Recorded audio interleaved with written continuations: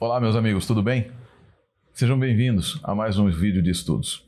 Você com certeza vai gostar muito desse vídeo. Você que gosta de tradições judaicas e que tem escutado tantos sermões aí que se utilizam de histórias ou falsas histórias da tradição judaica. Existem muitas falsas histórias. Há um problema sério, muitas vezes falta ao pregador alguma ilustração e ele resolve buscar na internet. E aí a internet, meu amigo, é terra de ninguém. Na internet você encontra tudo sobre nada e nada sobre nada também. E na internet brotam histórias bonitas. E como ninguém vai conhecer a tradição judaica como um todo, porque imagine o seguinte, 72 volumes do Talmud, infinitos volumes de Midrash, você tem Targumim, você tem Midrashim, Targumim, você vai ter mais Agadot e 1,5 milhão de outras citações de rabinos. Você fala que é da tradição judaica e aí alguém fala, que bonito, nossa, que legal. E no costume que nós temos hoje de tudo que vem da suposta tradição judaica ou da tradição judaica é muito bonito, e realmente muitos são bonitos mesmo, muitas histórias são lindas, a sabedoria judaica é muito bonita, eu a vejo como muito iluminada por Deus em vários aspectos. As pessoas costumam falar e dar peso a seus sermões e suas histórias, ou histórias bonitas no Facebook, Instagram e etc., através de citações da tradição judaica. 3 delas eu quero falar com vocês hoje. E eu pergunto a você, ao final de todas, fato ou fake? Veja, primeira delas, você já ouviu com certeza, as portas do tabernáculo. Jesus, quando disse em João 14, eu sou o caminho, a verdade e a vida, todos entenderam o que ele estava dizendo, porque todos conheciam carinhosamente em Beit Israel, na casa de Israel, conheciam Eretz Israel, na terra de Israel, os nomes pelos quais as portas do Mishkan, da habitação, as portas do Reihal, as portas do templo eram conhecidas. O caminho, a primeira, a verdade, a segunda, e a vida, a terceira. Bonito. E quando Jesus diz isso, ele está dizendo, você deve passar por mim, como sendo a primeira porta, que é o caminho. Eu sou o caminho pelo qual você deve andar. Eu inaugurarei um novo caminho, passando pela primeira porta. A segunda porta é a verdade, apenas podemos entender e compreender efetivamente quem é Deus através de Jesus, que é a verdade revelada. Por isso, a segunda porta nos leva para a vontade, compreensão da vontade de Deus. E a terceira porta é o juízo do Yom Kippur, e Jesus abre aquela porta para, no nosso juízo, ser o advogado. Bonito sermão, mas é John Vernon McGee, em um estudo interessantíssimo no seu livro falando a respeito de doutrinas, ele fala, o texto se chama O Tabernáculo, um retrato que Deus fez de Cristo, ou um retrato do Messias de Deus. E no seu capítulo 4, ele fala as 3 entradas, a doutrina da adoração. E aí ele fala a esse respeito. Então ele diz a respeito dos artigos que foram colocados em cada lugar e etc. E a respeito da mobília e tal. Mas logo em seguida ele fala a respeito do caminho do santuário, do chamado caminho do santuário. E aí ele diz o seguinte, as 3 entradas eram estas respectivamente. Primeira, o caminho da corte. Segundo, a porta do tabernáculo. Mas a primeira ao tabernáculo em si, efetivamente. Corte aqui é o pátio. E a terceira, o véu que separava o santo do santíssimo. O caminho para a presença de Deus para o israelita era através dessas 3 entradas. E Cristo disse, eu sou o caminho, a verdade e a vida. Nenhum homem vem vai ao Pai, senão por mim. É interessante notar que nesta tríplice definição que Cristo fez de si mesmo, ele estava utilizando as 3 entradas do tabernáculo. Ele usa uma expressão em inglês aqui que é dovetails. Dovetails tem muito a ver mais com nos indica, nos leva através das entradas do tabernáculo. Ele termina o capítulo, ele faz uma aplicação, essa que eu fiz para vocês, ele faz essa aplicação, mas em nenhum momento o Dr. Vernon McGee, ele cita nenhuma tradição judaica. Ele não citou nenhuma tradição judaica. Por quê? Eu vou ter que dizer a você que já ouviu infinitas vezes e com grandes pregadores a respeito dessa tradição, que ela não existe. Não existe em nenhum lugar E você pode pegar um livro, por exemplo, eu vou citar 2 livros para vocês, infelizmente nenhum deles em português, mas você pode pegar um livro em português chamado Ritual do Santuário, um livro muito interessante, com algumas coisinhas ali, teologia da última geração, que a gente não crê, e nós não cremos. Mas você pode pegar o livro do Menahem Hara, The Temple and Its Services, que dá um descritivo fantástico a respeito do templo. O livro de Alfred Edersheim, judeu, rabino convertido, lá no século XIX, ele não fala nada, e em todos os lugares ele fala a respeito da medida do tabernáculo, ele fala a respeito de tudo a respeito do tabernáculo, e em nenhum lugar ele dá nenhum tipo nenhum tipo de menção, não faz nenhum tipo de menção a essa tradição. Você pode pegar o livro somente comparando comentários o Novo Testamento com o Midrash e o Talmud de John Lightfoot, que se chama Commentary on the New Testament from the Midrash and the Talmud, um comentário do Novo Testamento tirado do Midrash do Talmud, e ele não cita essa tradição também em nenhum lugar. John Lightfoot foi bispo em 1800 e alguma coisa, é bem antigo. Você pode também pegar a fantástica obra, tem erros, tem problemas, claro, mas uma fantástica obra de Strack and Billerbeck, que fizeram um comentário multivolume, são 4 volumes, se não me engano, que se chama Kommentare zum Neuen Testament, Ars Midrash und Talmud. E ele pega textos até o período talmúdico posterior e ele compara as tradições e pega, olha, essa expressão aqui do Novo Testamento, ela está relacionada com esta tradição, com este texto, com este momento, com isso aqui.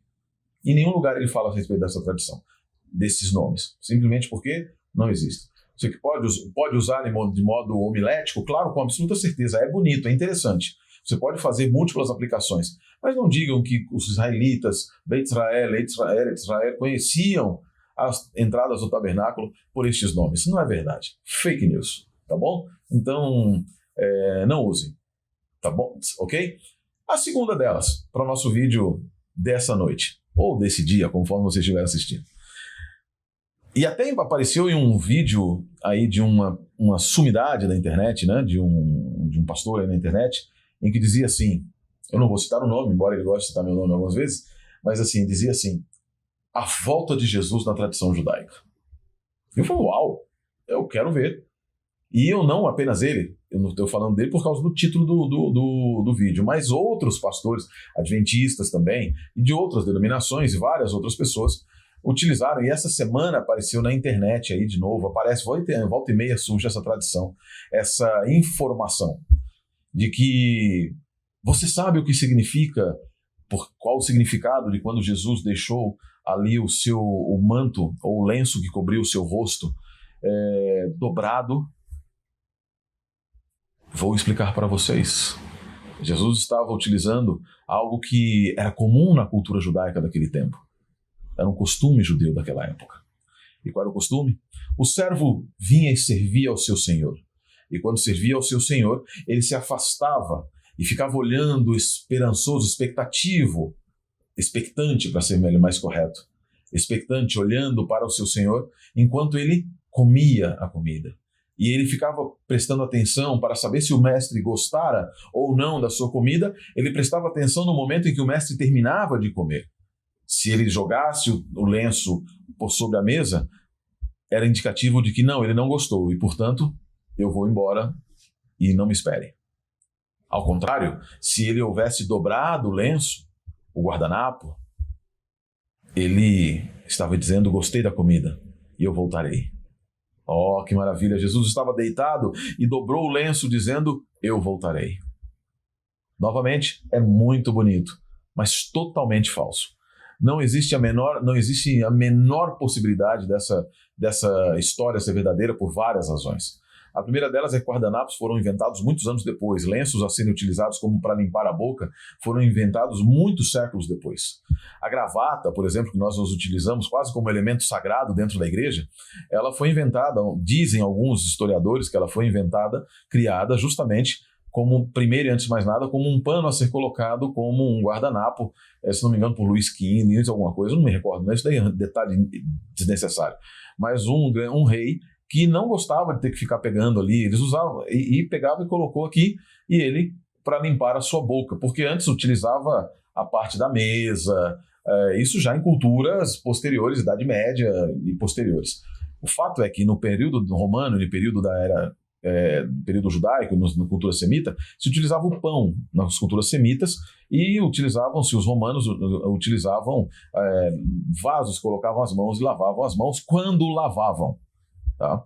E da mesma maneira, o povo comum judeu não tinha absolutamente nada disso. Utilizava o pão, a barra ficava suja e lavavam-se as mãos. Tanto é que existe uma bênção que é transmitida há muitos anos, que é a bênção chamada Netilat Yadayim, que é a lavagem das mãos. Se faz antes e também se fazia depois. Né? Claro que com o advento dos guardanapos, você começa a utilizar para limpar a boca. Isso quer dizer o seguinte, meu querido amigo, é bonito, mas não é verdadeiro. Essa ideia, eu vi em vários sites pessoas perguntando, e todo mundo cita de que foi assim, de que era dessa maneira, mas ninguém cita de onde tirou isso. Ninguém sabe de onde isso surgiu. Ok? Então, não vamos usar. Tá joia? Não usem, porque ela também não é verdadeira. Se houver e surgir, e aí até interessante, porque eu estava conversando com um amigo, e nós fomos pesquisar sobre essa suposta tradição, e aí, conversando com um rabino, ele disse, eu escuto isso todos os anos e nunca ouvi falar de onde tiraram isso. Nunca, não sei de onde, um amigo tal, que ele também, ele não é messiânico, mas ele é muito conhecedor da tradição. Ele falou, claro, nós não conhecemos todas as tradições, mas nós sabemos como era a vida diária nos tempos de Jesus. Nós temos instituições de Israel, aqui o livro do Roland Devaux, um livro muito interessante do Roland Devaux, que é Instituições de Israel, e nesse livro, deixa eu só dar uma olhada aqui, acho que está ao contrário para vocês, aí, agora sim, aqui Instituições de Israel, desculpa aí no meio eu tive que cortar, né? Então, em Instituições de Israel, você vai ter uma descrição arqueológica das instituições, da comida, da mesa, da família, do casamento, etc. Não fala nada sobre esse costume. No livro do Daniel Ropes, Jerusalém, A Vida Diária nos Tempos de Jesus, tampouco fala qualquer coisa a respeito desse assunto. Se você pegar Jerusalém nos Tempos de Jesus, do Joaquim Jeremias, está ali na frente, eu estou olhando para ele aqui, também não tem nada a respeito dessa suposta tradição. Se você olhar para os descritivos aqui do Norman Gold a respeito da comunidade de Qumran, ou os achados arqueológicos em Qumran e como supostamente a reconstrução do seu modo de vida, tampouco fala a respeito de qualquer coisa dessa. Não há texto que mencione. Portanto, fake news, absolutamente e com certeza fake news. E a terceira? A terceira é uma das mais antigas. Eu me lembro dela quando eu era menino, quando eu era criança. E isso faz um tempo já, faz um bom tempo. E ela diz respeito àquela corda que supostamente era colocada nos pés do sacerdote, do sumo sacerdote, ou melhor, no calcanhar, na canela do sumo sacerdote, para que ele, ao entrar no lugar santíssimo, caso ele morresse, ele pudesse ser retirado lá de dentro. Isso não existe, não existiu. Agora, diferente das outras tradições, que não existe nem referência bibliográfica, existem duas citações do 13º século depois de Cristo, da Era Comum, que falam a respeito dessa história, tá bom? Trazem essa história. As duas citações estão no Zohar, tá? No Zohar, que é o chamado Livro do Esplendor, no volume 16, que é o volume de Emor, 102a, na seção 34, falando sobre Yom Kippur, no parágrafo 251, existe uma das citações que diz o seguinte, vou ler aqui para vocês. Ela diz assim, quando ele entrava no lugar santíssimo, ele deveria entrar para o lugar santíssimo.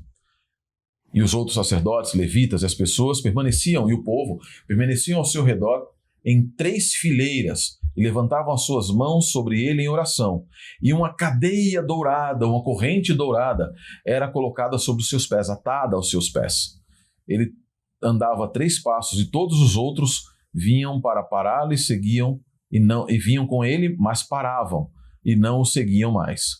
Ele andava mais 3 passos e voltava-se para o lugar. 3 mais, e ele fechava os seus olhos e atava-se e ligava-se ao mundo superior.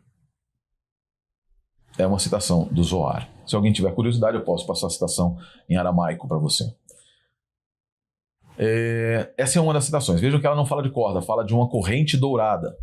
A segunda referência também no Zohar, a primeira que eu li aqui, ela está na Parashá Haremot, que é um trecho dele que fala Haremot, são as primeiras palavras que aparecem lá em Levítico 16, no Yom Kippur. É conhecido como Parashá Haremot, que é depois da morte dos filhos de Arão, né? Aí tem toda a história lá de Levítico 10 ou 11, se não me engano, e de Vaikra. E aí você tem uma parashá, uma porção chamada Haremot, depois da morte. Então, no Zohar, que segue uma sequência de parashiot, de trechos da Bíblia, eles comentam na porção de Haremot 67a do Zohar, que é isso que eu acabei de ler. Existe uma outra, que aí sim, que essa sim está lá na parashá de Yom Kippur, ou na parashá de Emor, no volume 16 do Zohar, que é uma citação atribuída ao Rabi Yitzhak, que diz o seguinte: o Rav Yitzhak dizia, uma corda era atada à perna do sacerdote quando ele entrava, de modo que se ele morresse, eles pudessem tirá-lo de lá. Né? Aqui são as bases de onde surgiram essa história. Ou seja, diferente das outras, essa aqui não surgiu do nada pela mentalidade de um pastor cristão ou qualquer coisa assim. Existem duas citações judaicas que falam a respeito dessa tradição. Só que essas duas citações, elas não têm base textual, não têm base histórica, e isso não era verdadeiro. Primeiro, nós sabemos que o Zohar, embora o judaísmo já o aceite, o Zohar é um livro místico, cabalístico, é a base da Cabala, ou da Cabalá, e ele não deve ser aceito como evidência de elementos históricos. Essas duas únicas citações, elas não encontram nenhum tipo de referência ou embasamento na literatura bíblica, na literatura talmúdica, na literatura pseudepigráfica, na literatura de Flávio Joséfo, de Filo de Alexandria, das literaturas anteriores. É apenas, então, somente lá no 13º século é que nós vamos encontrar aqui a ideia que é descrita no Zohar. E por que é que foi escrito isso no Zohar, né? Ou no Zohar? Existem algumas razões, e as razões são interessantes. Quando você entende o que acontecia na época dos sacerdotes, você vai conseguir entender basicamente o que aconteceu no período do sacerdote, a transição do primeiro para o segundo templo. Você vai conseguir entender como é que essa história deve ter surgido também, tá? O que aconteceu? No período do primeiro templo, a história judaica diz o seguinte, lá no Talmud, né, a história judaica ela vai dizer que é no Tratado de Yomá 9a, vou ler um pedacinho do Tratado de Yomá para vocês aqui, desculpa, eu tenho que ir pegando aqui, tá? Ele diz o seguinte: durante os 410 anos da existência do primeiro templo, houve 18 sumos sacerdotes. Olha que interessante, 18 sumos sacerdotes.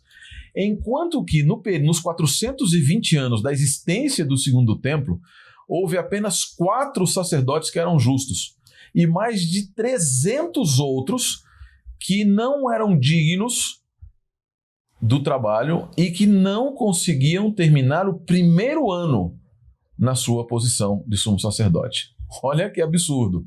E aí, por que é que isso acontecia?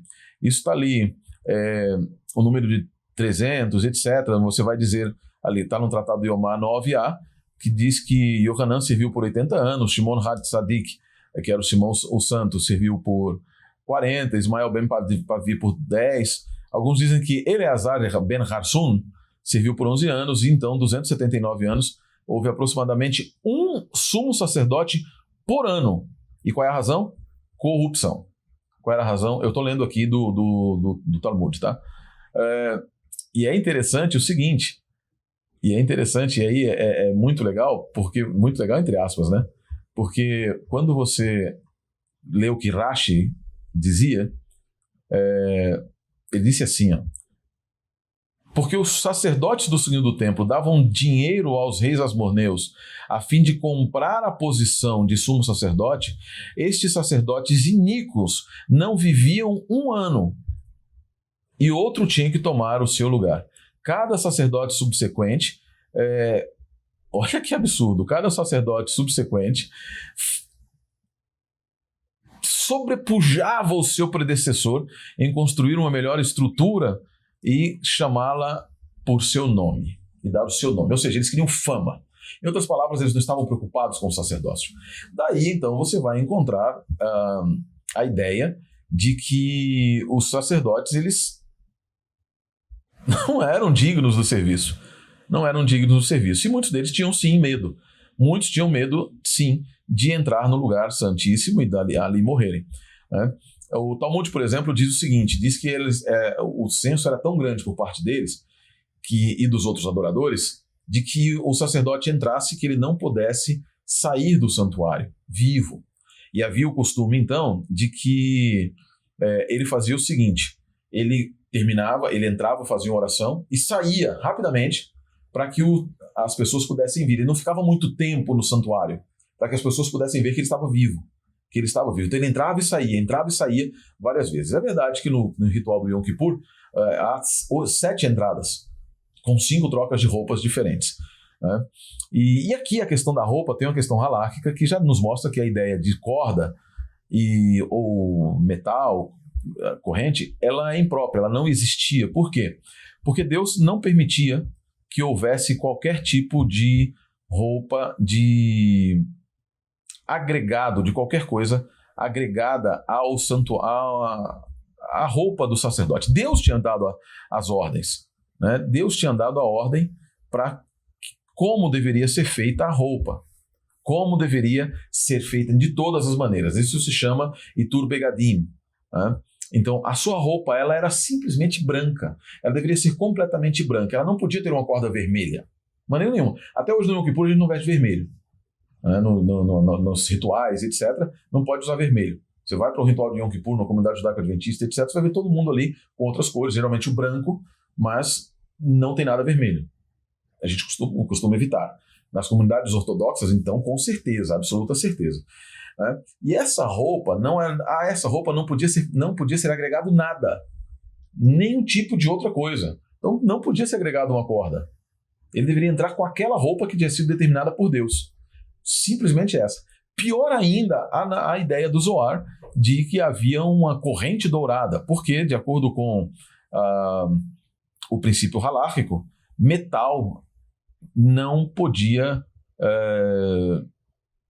entrar no santuário nesse sentido, porque o metal atraía. As leis de pureza não permitiam, porque de acordo com as leis de pureza do Talmud, o metal, inclusive o ouro, atraiu impureza. E ele não podia entrar no santuário com impureza, no lugar santíssimo com impureza. Então, por isso, dificilmente alguém poderia entrar no lugar santíssimo. E aí tem outra questão também. Se houvesse necessidade, porque o sumo sacerdote morreu, por que Deus mesmo não o tiraria dali? Deus tinha o poder de fazer o que ele quisesse, né? Não existe na história judaica, e aqui eu acho um ponto interessantíssimo, não existe nem nas escrituras, nem na história judaica, nenhum sumo sacerdote, isso é menção, algum sumo sacerdote que tenha morrido durante seus deveres no Yom Kippur.